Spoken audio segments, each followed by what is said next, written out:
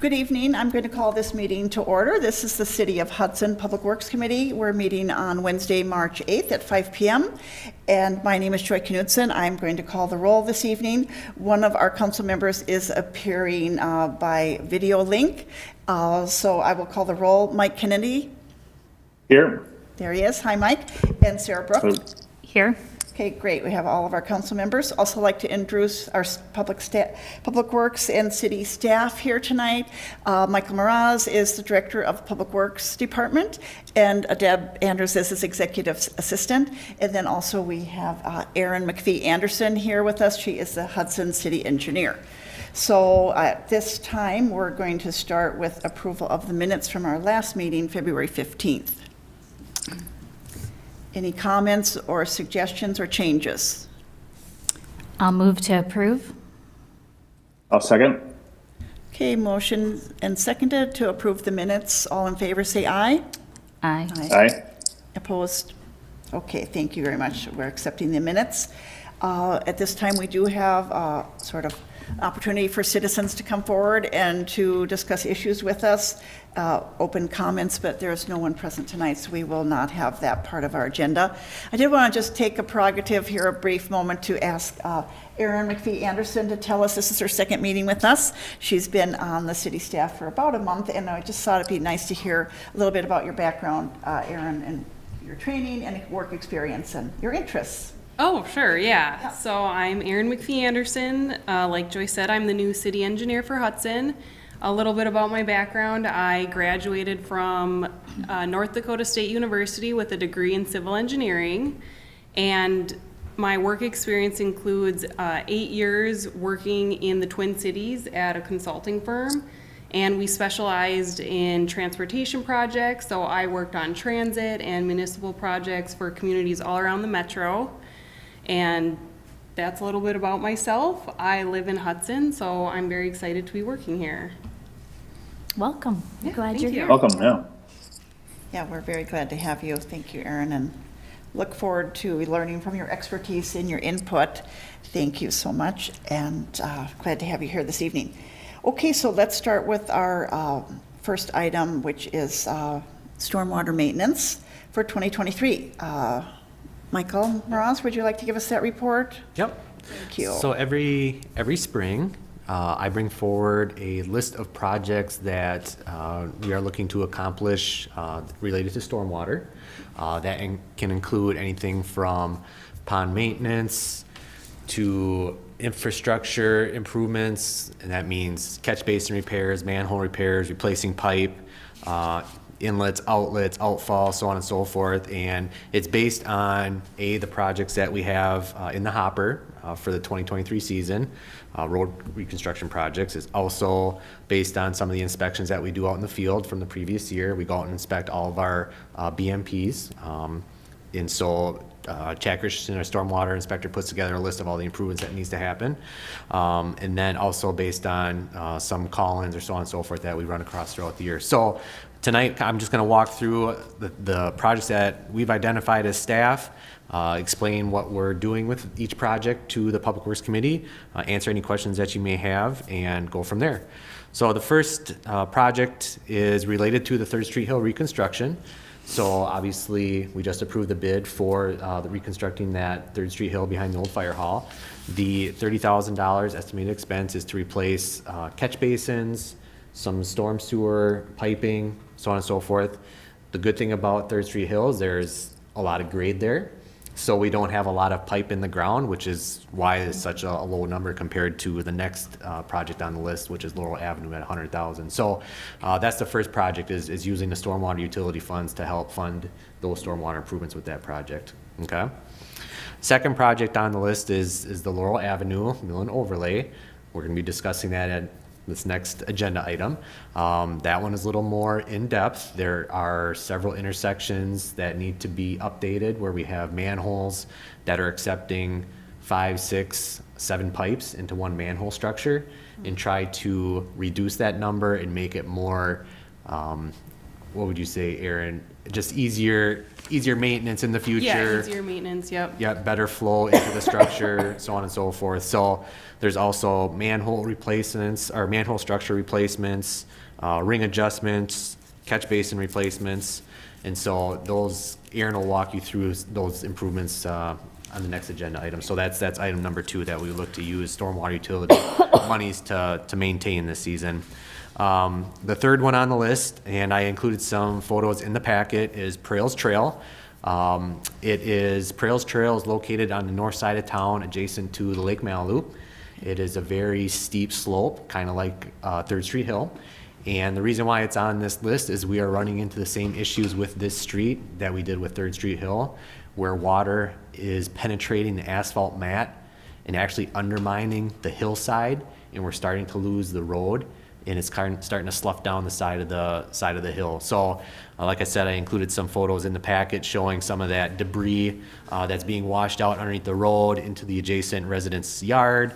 We've been out there a couple different times the last couple of years cleaning that up, so on and so forth. So, it's time to get this repaired before we lose that entire stretch of road, because if we do lose it, that's the only access that those residents have down there. And there's I believe there's 4 or 5 homes in that access their residents based on Prails Trail. So what this would include, this project is, it's approximately a 200-foot stretch of road replacement. Okay, so it would receive a new asphalt mat. And then it would be the north side, we would put in an actual concrete curb and gutter to catch the rainwater and funnel it down towards Lake Malibu, where it would deposit into Lake Malibu, which is what it currently is done. Right now, we have, it's an asphalt curb. It's been eaten away. And so it's, like I said, it's time to upgrade this section of the roadway to control the stormwater so that it doesn't wash away that road and like I said, the residents lose access to their homes. So that's the 4th one. And then the last one that I had identified is, 2 more, pond maintenance related. So the first one is to complete pond 151 and 152. So this is the stormwater ponds that we started last year, the heavy dredging that we did in the Stone Pine subdivision. We still have some work to do there as far as grading, riprap installation, seeding, purchasing some vegetation to put back in there, some conifer trees, pine trees, so on and so forth. So that is yet to be completed. And then the last one that is on there is Pond 105. This is a pond just east of White Camp Park off of O'Neill Road that is adjacent to the Red Cedar Canyon development. There is an adjacent resident that has contacted my office several times and contacted the DNR about the maintenance of it. The DNR actually came out and looked at the pond last fall, and I met with them out on site. And we came up with a plan on how to clean it up and make sure that it comes under compliance and is working functionally like it was supposed to from the start. So there's a lot of vegetation that was around it. I did put an aerial shot in the packet just to kind of give you an idea of what it looks like. The entire perimeter is basically tree lined. The inlet, the outlets coming into the pond facility are about a half buried, 3/4 of the way buried, similar to what we see in a lot of our other facilities. So just some general work, vegetation removal, outfall cleanup, so on and so forth. So that's what that remaining money would be going towards. And I had estimated that at about $10,000 based on some of the other work that we've done previously on ponds this size. So those are kind of the 5 projects that staff has identified to put our stormwater utility monies towards for the 2023 season. You total all those up, it's $200,000, and that's what we budget for in our annual stormwater utility budget for capital expenses. So just to clarify for anyone listening and for our committee members too, this comes from a separate fund, Yep. the Stormwater Utility Fund, which our residents are billed along with their Water utility Yep. bill. Yep. There So- is a quarterly Yep. fee that everyone pays. And so that goes into the general fund, and then you and your staff determine Yep. how to spend it. So just that clarification. I have a couple other questions, but I want to open it to the floor for anyone else also. Mike, wave at us if you Yeah. have something. I can wait.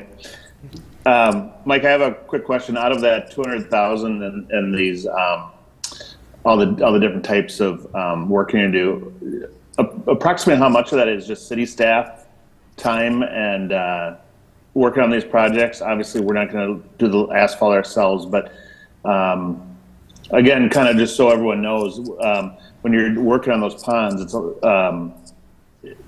is that our staff working on that, or is that outside help, or how's that get broken down? That's a really good question, Mike. So for our larger scale pond reconstructions, we will bring in outside private companies to help with some of those projects, particularly vegetation removal companies. I know from experience the pond off of Grandview Drive in Stone Pine, Pond 151 and 152, there was an 8-man crew in there for 2 weeks straight, removing trees and vegetation. Now, my staff, we don't have the horsepower to go in there and do that and drop everything else. And they're a lot more, I mean, that's what they do. So it would probably take us twice Right. as long. So, for the pond stuff, we're typically hiring out for major kind of reconstruction now. When it comes to the street reconstruction projects like Laurel Avenue or 3rd Street Hill, some of those monies, those utility monies, are going towards our staff time as far as our engineers. There is a portion of it going towards design, towards inspection to help offset some of those costs that are incurred to the city from the engineering department, if that makes sense. Okay. Yeah, thanks for that. Yep.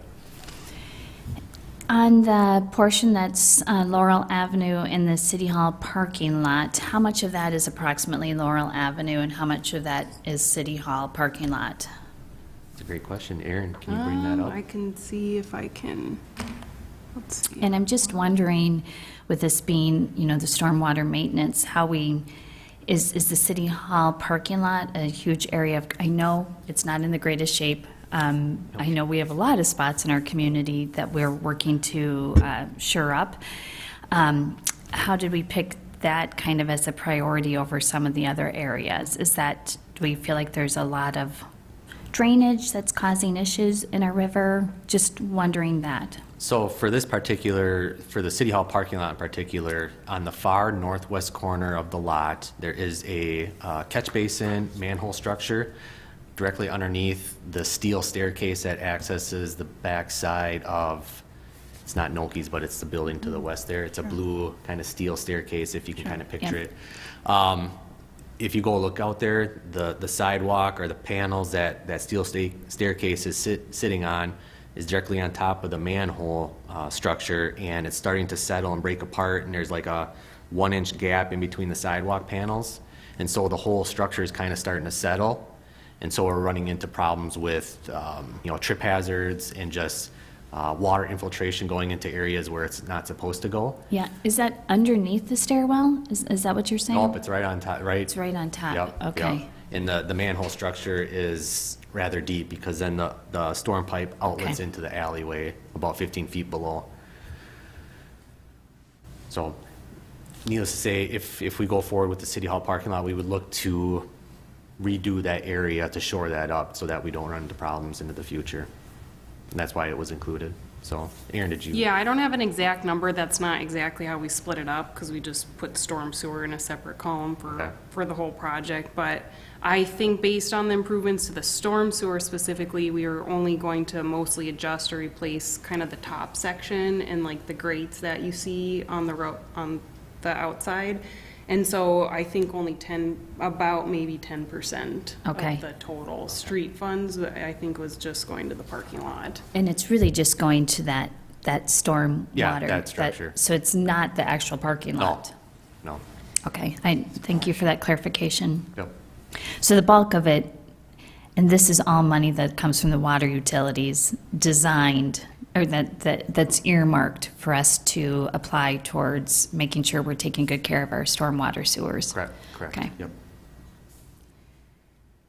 Well, I had a specific question about the Prails Trail, because I know when, in January, the council voted that a certain amount of ARPA funding, it was about 400,000 or so, that was remaining that they would designate that we could choose a public works project for.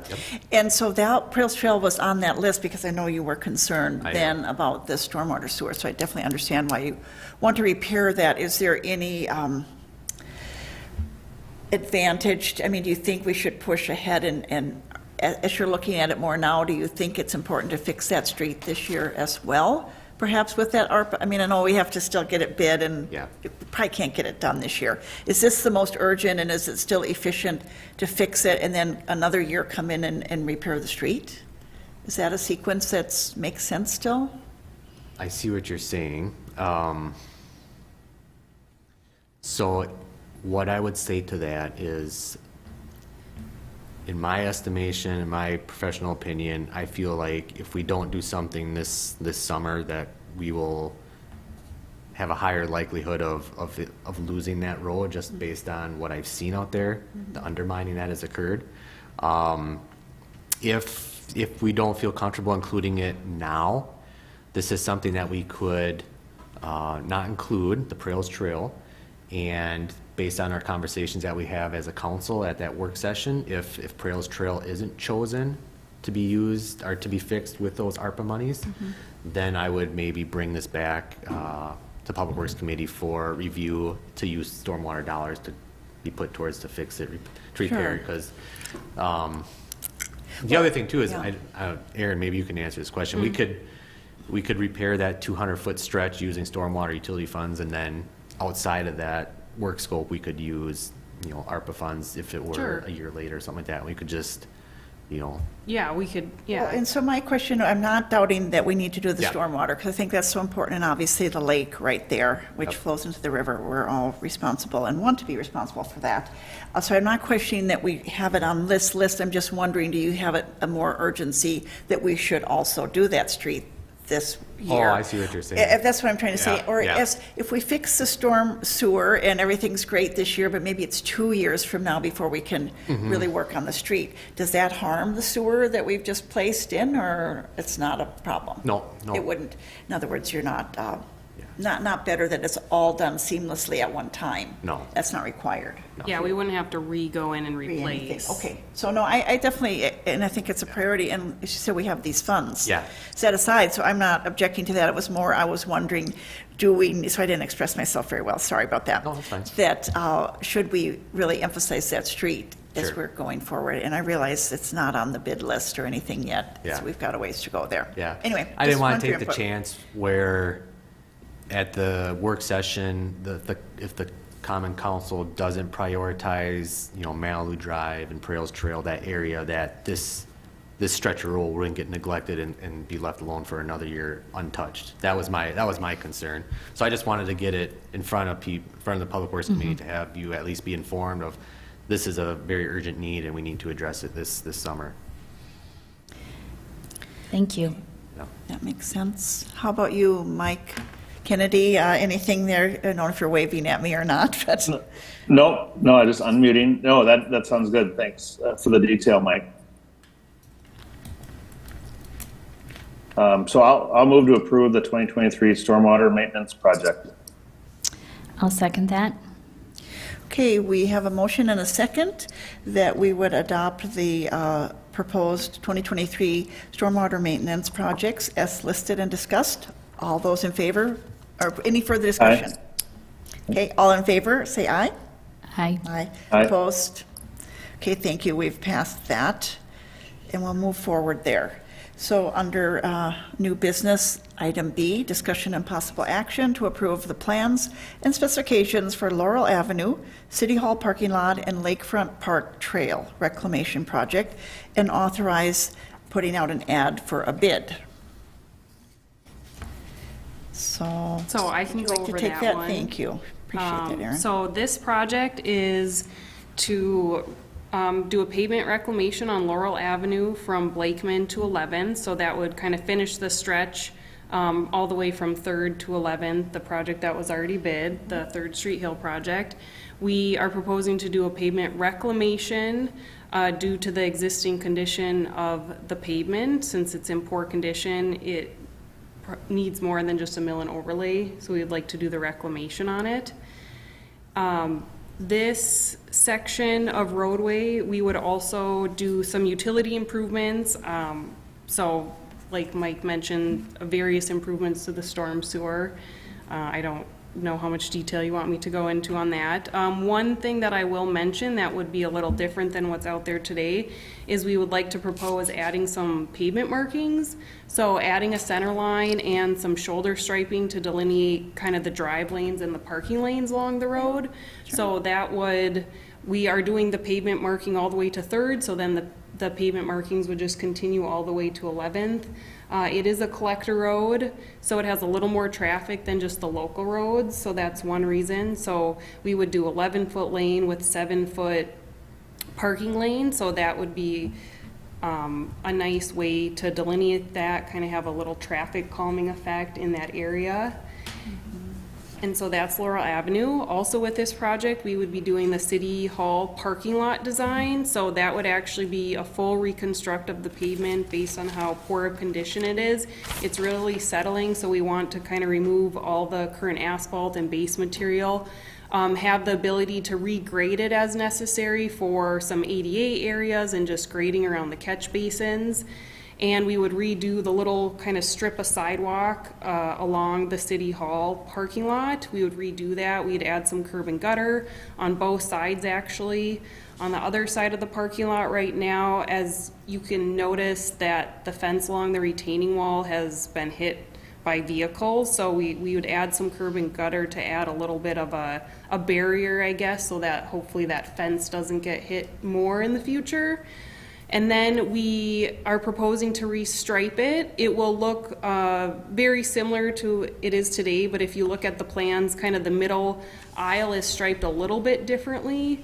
So I'm following the city off-street parking lot zoning code with the lane widths and lengths, and the middle parking I think will better accommodate its kind of offset striping so people don't feel like they can just drive through. If you can imagine what it's like right now, they're kind of lined up with each other, the two sides, versus offset with a little bit of a space in between that could be used for walking and just a little more buffer in between the parking. And also with that, we will be striping a second ADA van accessible parking stall. Right now there's only one ADA accessible, but to be up to code, we need 2 ADA stalls for the total number of parking spots. So with the restriping, currently it actually, let's see, my notes, 33 current parking stalls, and with the new striping, there'd actually be 35 total stalls. So I think that's always good to hear of more parking stalls. Those are the main items for the parking lot I wanted to touch on. And then the last part of the project, so it'll all be bid together as one project, would be the replacement of a section of trail in the lakefront park. So we would be replacing the trail based on the current condition of it. And there's not much else to say about that project, that part of the project. So is there anything else do you think I should highlight, Mike? Not necessarily. Obviously, the Lakefront Park Trail would be the Finance Committee and Common Council earmark trail maintenance monies to repair trails, and that's what would be paid for. That's where the money would be coming from. The trail that we picked there is mainly due to usage and just general condition. It has deteriorated a lot. There is some cracking going on the far west side as kind of the bank gets closer and closer, to the trail. But obviously we kind of stabilized the bank there, so it's just in need of rehab at this point in time. And unfortunately, last year we didn't have the funding, or we had planned to spend it on trails, but because of the cost of asphalt, we had to redirect a little bit. And I do appreciate that there's been that goal of doing some trail maintenance every year, as well as, hopefully alleys. That's been set aside a little bit this year due to funding issues. But we have to keep plugging away at that. I did have one question about the trails, and that is, I like it that we're choosing Lakefront Park because it's a high volume park. It's kind of our show place, if you will, that most visitors would see when they come to Hudson, so to have a nice trail system. Does it are we completely reclaiming that asphalt? I mean, if, let's say other trails in the city that might also be in poor condition, 3 years from now, will it cost us more to fix them then, or is it going to just cost X amount anytime that we do a trail? So our general maintenance on trails is our asphalt lifts are 2 inch asphalt, Okay, 2 inches of asphalt, okay? So it does make sense to come in and do a mill and overlay on 2 inches of asphalt. So what we do is we come in and reclaim everything, Okay. which is chew everything up. Sure. Okay? And then we use that asphalt granular material as base. It saves money on bringing in new base, and it actually works really well as far as compaction is concerned. So then basically we keep the material in place, we regrade it, we roll it, and then we add another 2-inch layer of asphalt on top of it. So I don't know if that answers your Yeah, no, it does questions. answer my question. That, in other words, it's going to be the same process whatever Yes. year we do. Of course, the Correct. price of hiring someone and the price of the asphalt itself could vary year to year, but it is one where, as we gradually get our way around our community to keep them up and to maintain them, Yeah. the approach is going to be the same no matter what year we choose Correct. to do them. Correct. Okay, thanks. That helps. I have 2 questions in the category of painting lines. One has to do with on Laurel Avenue. I know there's parking on both sides, and I know there's only X amount of feet, but that is such a nice stretch, not just for cars, but walking and biking. There's no sidewalks there. Is there anything creative we can do as we repaint, restripe roads? Again, rather than just make it, I'm not saying make the street wider, but any way that we can section off an area, let's say for walkers or bikers, or even just a simple, I mean, is there enough room to even think about putting a bike lane or something like that in that long stretch? That's question number 1. Yeah, we can look at some creative ways to restripe it to make more of a designated pedestrian walkway. I don't think there wouldn't be enough width to have parking plus bike lanes in both directions. And I mean, I don't think it makes sense to just do a bike lane in one direction. So you would have to give up some parking if you wanted to do that. There are some options we could look at to adding a sidewalk. I would say that it's not preferred to have the on-street walk. Right. I know we have that in some areas, but I would rather see an off-street sidewalk if we wanted to go down that route.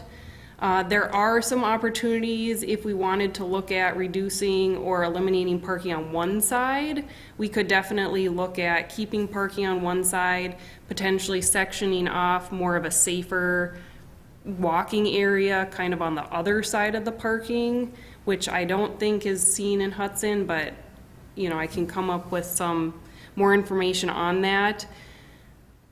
Right now, the shoulders are not heavily parked, I would say, so I think having the stripe can kind of it'll better delineate where traffic should go, and I think it's a little bit safer for pedestrians to be walking along it with that shoulder stripe.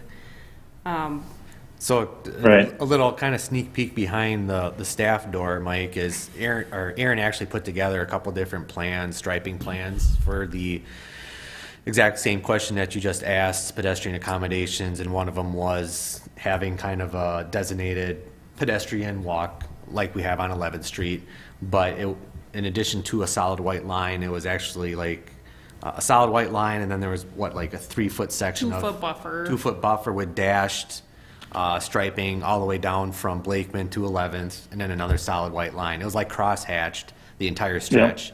And I fainted. Like,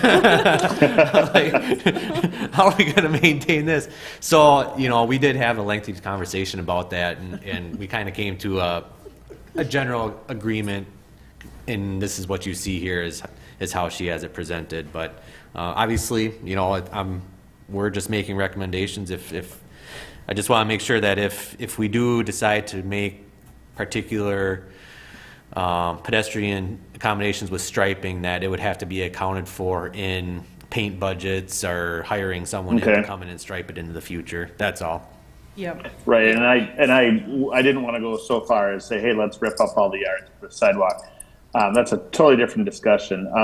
And maybe I'll just leave it with the idea that, you know, when we do large areas like this, and again, I also don't want to, I don't even think we broached the subject of let's remove parking from that side of the street for this particular project, but maybe whenever we do a project like this, we keep in mind the idea of is it able, without, again, putting in sidewalks, is there a way to use some paint and a, you know, reflective this or that to make it more pedestrian aware? But I know that you guys have done your due diligence and looked at it different ways. The street's only so wide, and we have to accommodate cars and parkers too. So that was my one question. My second question is regarding the City Hall parking lot. And I like the addition of another handicap stall. My question is, both of those kind of lead you right to a curb that to get to City Hall from there, you have to go up some stairs. And I'm not very familiar with the entrance on the, let's say, the west side or the northwest corner of the building. If that would be a better place if someone were in a wheelchair to get into the building rather than try to get up those 3 stairs. Yeah, the actual handicap access into City Hall is on the south side of the building, Yeah. you know. And I know there's a designated handicap parking space on that side of the building, but I understand where you're coming from, Mike. We did, staff has reached out to some architects to give us some LOEs. In the CIP, we do have some monies designated to redo the front staircase at City Hall. Okay. Just because of the poor condition, the busting concrete, so on and so forth, and possibly a portion of that, looking at that project, we would look to maybe include some type of ramping system that would be ADA compliant to allow for handicap accessibility on that Third Street access. And so maybe we could partner or pair that project in with replacing those stairs next to the parking lot to make a more gradual ramp. I don't know the grades off the top of my head. It might not be doable based on the length that we have or the amount of space that we Right. have, but it's something that we can definitely look at pairing with that project. Okay. No, that's a great idea. I think, yeah, we do have some space there, but I'm not sure how Yeah, steep there'd it have would to be be, some, but there'd definitely be some switchbacking that would have to occur. okay. Okay. I have a few questions if I can. If you're wrapped up there, Mike, are you? That's a wrap. Okay. With respect to the City Hall parking lot, and I know that we've talked about this before as a council, and Joy, you alluded to a few things that have led to my concerns, but I'm wondering, on here, I'm not clear how much is actually going towards the City Hall parking lot. If you happen to have that for me. And I know we've talked about this as a committee, and it's gone before council, and it was pointed out earlier this week that sometimes there's plans, and we have to be fluid and know that we have to make adjustments because things change. And I've recently have heard from some community members with some concerns about the condition of their alley, and I don't know if this should be discussed about now, or if this needs to be something for a future council meeting. But I just was wondering if these were funds that we could maybe think about allocating to do something different, and why, we were doing the City Hall parking lot right at this precise moment. I understand the stormwater. I certainly affirm that. But wondering if we could have some discussion on that, or if that does need to be something for a future agenda. Well, the estimate for the City Hall parking lot for the roadway is about $120,000. Okay. So that, obviously I'm new to the city. I know Sure. we have more of the alleyway specific funds that we are looking to designate and maybe, I think, do every other year Yeah. for the alleyway program. So that would potentially be next year then we would look Right. at doing a few alleys. Right. Um, Thank you. I am familiar with that one, so thank you. Sure, yeah. I guess the concern, and am I okay to bring this concern up Yeah, at this I- precise moment? As far as I Just- know, unless it's, I mean, it's on our agenda, sure. Okay. So the concern has come up on an alley specifically that's behind Sixth Street and in between Sixth Street and starts on Locust. And there is a huge slope on the side of the alley, and it's caused problems with cars getting down there and kind of being pulled down into that slope. Additionally, the trucks aren't able to go there, so it impacts multiple residents, and I just think it's a public safety issue. If there's an emergency and that family needs to, or those families need to get out and it's icy and, you know, there's that slope, I just feel like maybe this has become a priority and maybe we didn't know how bad it was and maybe we've had a bad winter. We've had lots of snow, so maybe those conditions have made this alley worse. And I'm thinking that this could be a greater priority and maybe we need to reassess a little bit on that one.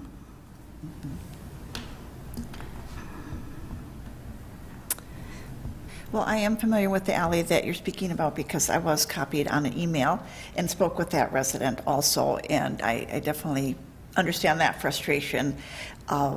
It's surprising, is it 40? We have 40 blocks of alleys in Hudson, is that correct? Approximately. Yeah. So, you know, I'm not aware of them as much because it's like, oh, you know, you kind of pass by. That one's actually a fairly narrow alley compared to some of them.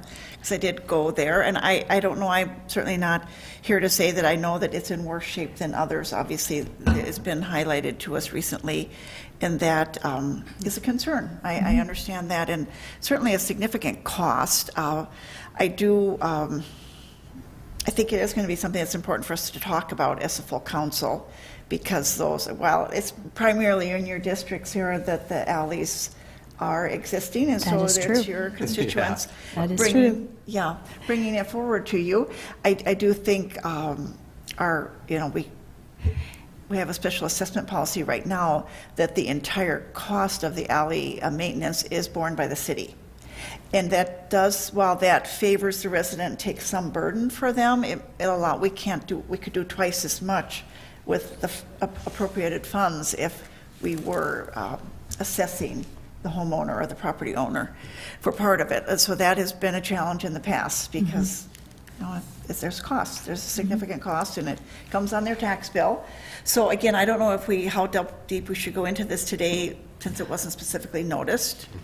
And I don't know if when we're going to be having that meeting, if alleys could be part of that discussion when we're doing that. I'm hoping that meeting is going to be happening fairly soon here. Yeah, it sounds like in April. Aaron is okay. shooting for sometime in April. And I Okay. do think it's important.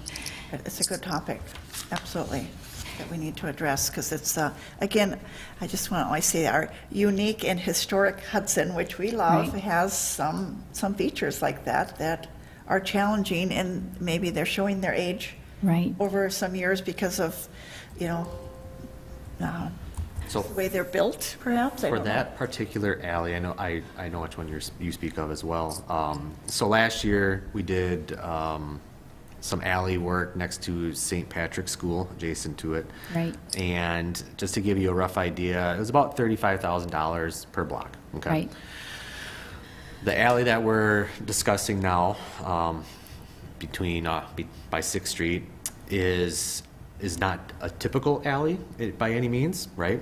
It's not flat. It's not easily going. Yeah, I Right. mean there is slope. There is a poured-in-place retaining wall on the west side, so there will be some engineering work that would need to go into that as far as grades, replacing the concrete retaining wall, so on and so forth. So you're probably going to be shocked that double, maybe 3 times as much as what we paid just this last summer. It's probably about $100,000 to $120,000 project alone to redo that alleyway. So that kind of gives you a little, just some background information on costs there, because it's not just, it's not just a mill, come in, regrade, put it, there is some engineering topo work,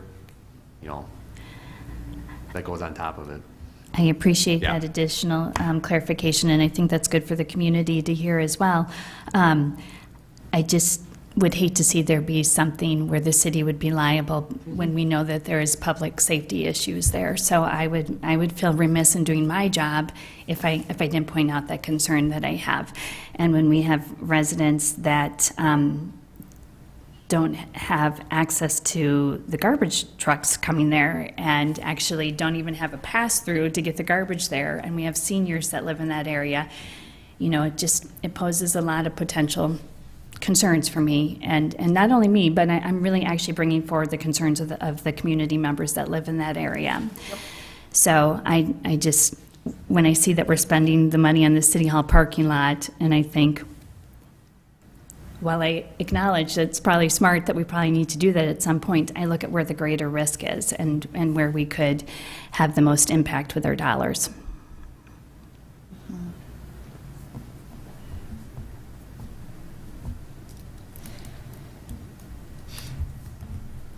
Well, I definitely believe that we should have it on our general topic, and it's something that, again, just to hear that number and to have your professional assessment of that particular block, yeah, that's a significant cost, and how can we manage to maintain and keep those up to a safe and appropriate standard?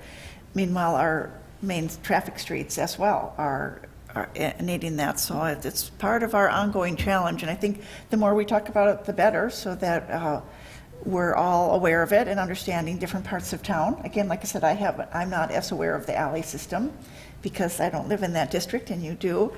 So I appreciate you mentioning that. And I had a good conversation with that homeowner about it as well, and definitely appreciate that input. It sounds like a challenging enough alleyway that you can't send out a crew this summer to sort of fix it up a bit. Like it's got significant problems there. Yeah. So it's not something that we can just patch and smooth over. Yeah. Okay. Mike Kennedy, do you have any input for us? On that specific topic? I just wanted to recognize you and not be talking away here. And to that point, that I'm not very familiar, Sarah, with that particular alley. Was there some recent degradation to it where it used to be garbage trucks could come and go at their leisure, and now it's is it falling down the hill? My point is this like an emergency repair type thing, or like what caused it from going from usable to now we're concerned about its usability? It hasn't been the greatest for a while. A lot of our alleys have been, there hasn't really been, prior to Mike joining us, there hadn't been much spent on alleys. And actually, I think under his leadership, the repair program was put into place. This one in particular, I think, it hasn't been good for a while, but I think the winter has been harder on it, and the amount of ice and all of that has posed a whole bunch of challenges for the residents that live off of that alley. I will say a lot of our alleys are also in poor shape. They are, and I know we're in a major catch-up, and I live on an alley and have had garbage challenges this winter as well. So I think it's multiple, but I definitely think this is one with the sloping poses a really unique safety issue for the residents that live there. Right.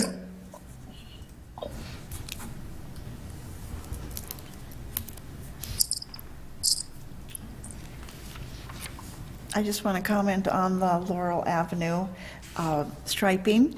It is definitely a neighborhood, as was commented, there's not a sidewalk, and there's an elementary school, EP Rock Elementary School, so there's certainly a number of school children that perhaps they don't walk to school because of that issue, that there's not sidewalks in that area. The parents may drive them or walk with them, and certainly appreciate you looking at it in terms of making, not only pedestrian and bike access there, but thinking, out of the box, what can we do? I know, if I'm not mistaken, a few years ago, Michael, either you or our prior city engineer did a little research on those delineators that are kind of seasonally, I mean, put in for pedestrians, but they're pretty expensive and they have to be put in and taken out again Yeah. annually. So Yeah. it's not real cost effective in that area, but I do think, obviously we do need to do the reclamation project of the street, but we can be open-minded, and I look forward to your ideas as our engineer and, designing and traffic safety, that as we go forward, I mean, another year we might be able to allocate different funding for painting and things like that to keep in mind on that, because we're always looking for that connectivity for people, for bikes and walking, and again, especially near a school area is a high concern for me. So anyway, that's my last comment on this issue. Does anyone have any other input, or are you ready for a motion or anything to move forward?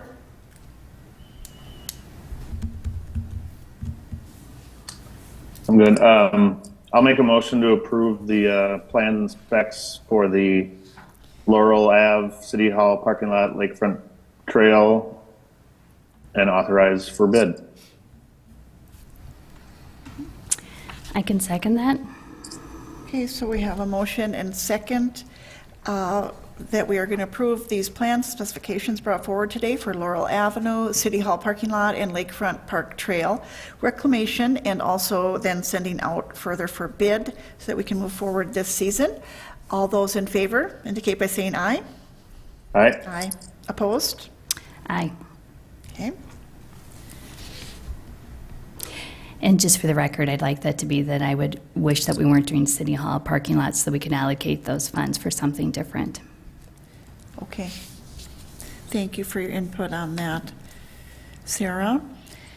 Okay, that does move forward, though we have approved it. Okay, so now we come to old business, and we don't have any specific items listed here unless someone else had something to bring forward. Then project update. All right, I'll take these. So the first project update that is on the agenda is the Reconnecting Communities Pilot Grant. This was a grant that the city applied for. It was a 50-50 grant for the replacement of the Hagan Street Bridge.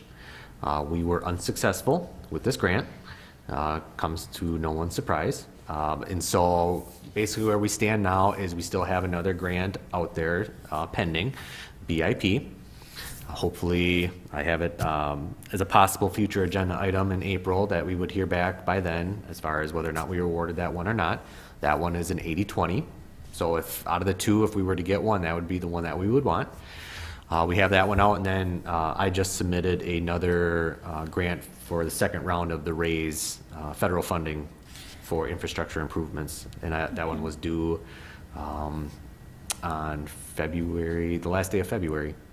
Okay. So, like I said, we'll continue to try to seek outside funding for that project, because without it, I don't think it's going to happen with the price tag that has been put on it. And so we'll just kind of, like I said, see where we land with these next two grants. Okay? Okay. The next project update is the Public Works Facility. This will be a standing update going forward. Staff met with both Cedar Corp and Market and Johnson a couple weeks ago to discuss the schedule, the project moving forward, what that looks like, how Market and Johnson is involved, what the staff needs to do at this point in time as far as putting together any type of equipment, current equipment that we have that we might utilize in the new facility. So needless to say, Cedar Corp had brought forward a more a preliminary design based on our budget, and basically from here staff will make some comments on it, some general comments. They're going to tweak it. We're going to tour another facility that was just recently built up in Polk County, which is roughly the same square footage that we are looking at and roughly the same budget or the price tag that came in on it. So we'll kind of get a pretty good idea of the layout and things that we like and don't like, so on and so forth. We'll kind of tweak some things from there. The goal is to have something in front of the Public Works Committee in May for you to review and discuss and ask questions and make any comments or changes that you want to see. The goal is to get some probable costs in June or July. which would give us a pretty good idea of where we are sitting with the facility as far as the costs, overall cost of the project, and whether or not we're going to be able to construct it with our budget, within our budget, and meet our needs. So that's kind of the update there. So like I said, it's kind of we got the ball rolling, and now it's kind of a mad dash over the next couple of months to try and get something on paper and in front of everybody to review. Mike, can you let us know how city employees or public works employees, how they've been involved in the process and if they've been able to bring their voice forward? And Yep. So during our initial facility assessment, which was done a couple years ago now, when Cedar Corp came in and did kind of the preliminary, looked at all of our current buildings and made recommendations based on our population, our equipment, our staff, so on and so forth. We did actually sit down with the staff for a couple of hours at the old fire station and reviewed, got their input on what they would like, what they need to do their jobs efficiently and safely. And so they did have kind of that initial say in what they would like to see in a facility, and based on those comments, Cedar Corp put together a preliminary plan. Now, obviously, the budget has been reduced a little bit, and so what's going to happen now is once the kind of this preliminary design is brought forward in May, we would definitely reach back out to the staff and have a meeting with them again to get their opinion on things that they like, things that they don't like, and go from there and try to incorporate some of the things that, like I said, would help them out in their day-to-day tasks. Now, obviously, there are budget concerns that we need to stay under, and we will definitely take what they have to say and try to incorporate that into building. Now, we're probably not going to be able to meet everything that they want, and so that's just going to have to be something that, it's kind of going to be a give and take and compromise, and kind of pick the ones that make their lives easier, safer to work there, in efficiency. More of the needs and not the wants is what I'm trying to say. But yeah, we will definitely involve them They'll in be kind of involved. those final discussions. Okay. Absolutely. They're the ones that are be working out of it. We want to make them, comfortable Absolutely. as can. Yep. And that's all I had on that one. Joy? Thank you. Any other questions? Okay. So, all right, so now final point here, communications and items for future agendas. Yep, I just So- have a couple kind of placeholders. Next month, I'll be giving the MS4 annual presentation. And, to save time, I just thought of this. Because you probably don't want to hear this presentation twice, I might just strike that from our agenda next month and do it at council, so you're not getting bored twice, okay? That's the MS4 annual report is due on March 31st, so over the next couple of weeks, that's going to be my primary goal, is to get all that paperwork submitted to the DNR for review. And then the second one that I have for next month is just an update on the BIP grant that I just discussed. Like I said, hopefully we'll hear back and I can give you an update on that one. Sure. So, and then anything else that pops up between now and then. Okay. I had two things for us to consider in April. One was the NOMO May, and seeing if we could do a mayor's proclamation on that, and I don't know if that needs to go through here first. And then I am wondering, when we do talk about roads, and maybe we aren't able to do this at that meeting, if the alleys could be on that, or if we could revisit, given the realities, at least, of that one alley that is in dire straits. So I'm not sure. For the council-wide, is that what you're saying? Well, sorry, I'm or for not us sure again? where the right spot is for it. If it's here at this meeting, or if it's better when we're doing the council-wide meeting. I'll fall to your judgment on that. Well, I think we definitely should address it as the council, but we could talk about it more here if we want. That's your prerogative, yes. I mean, I think we probably covered it tonight, so I don't know then if we could just make sure that that's added. Absolutely. And I was just mentioning today to Michael Moraz and to Aaron McPhee Anderson that as they start to prepare content and maybe an outline for that meeting, that we're going to have a workshop sort of with all council members present, that I would like to collaborate or provide ideas, and perhaps all of our committee could provide input by an email or a suggestion. If something comes, since all three of us are fairly new to Public Works, I think we've learned a lot in the last 10 to 12 months working together. Sarah, you've been on for 2 years, so, and lived through the Second Street. I'm still kind of in awe that that was your first year on council. The Second Street project, you handled that so gracefully. But, you know, in other words, what have we learned, and what's helped us to have a better understanding about our budget challenges, the needs, the issues in the community, that we make sure that our, you know, staff knows that, so that we can help share that with other council members, because we've spent many meetings, many hours. I know you've all had private discussions with our professional staff also to talk about topics, and so make sure that we highlight them so that the rest of the council can avail themselves of that knowledge and information too, understanding what we're weighing and how we're making the decisions. So if you have input and ideas, I guess I hope you guys are open to that input from us as we get ready for that session. Any comments from you, Mr. Kennedy? Nope. That I guess I will. One quick question, just for Mike. We grade our roads based on a lot of different things. Do we have any kind of inventory of? I know we have an inventory of alleyways, but do we grade them, or if we graded them, would they all be 2s right now, or? Well, you know, when I put together the initial kind of alley inventory, I did go out and I did mark Pacer ratings to them. We did, okay. I did, yeah. Okay. We got 43 blocks. I don't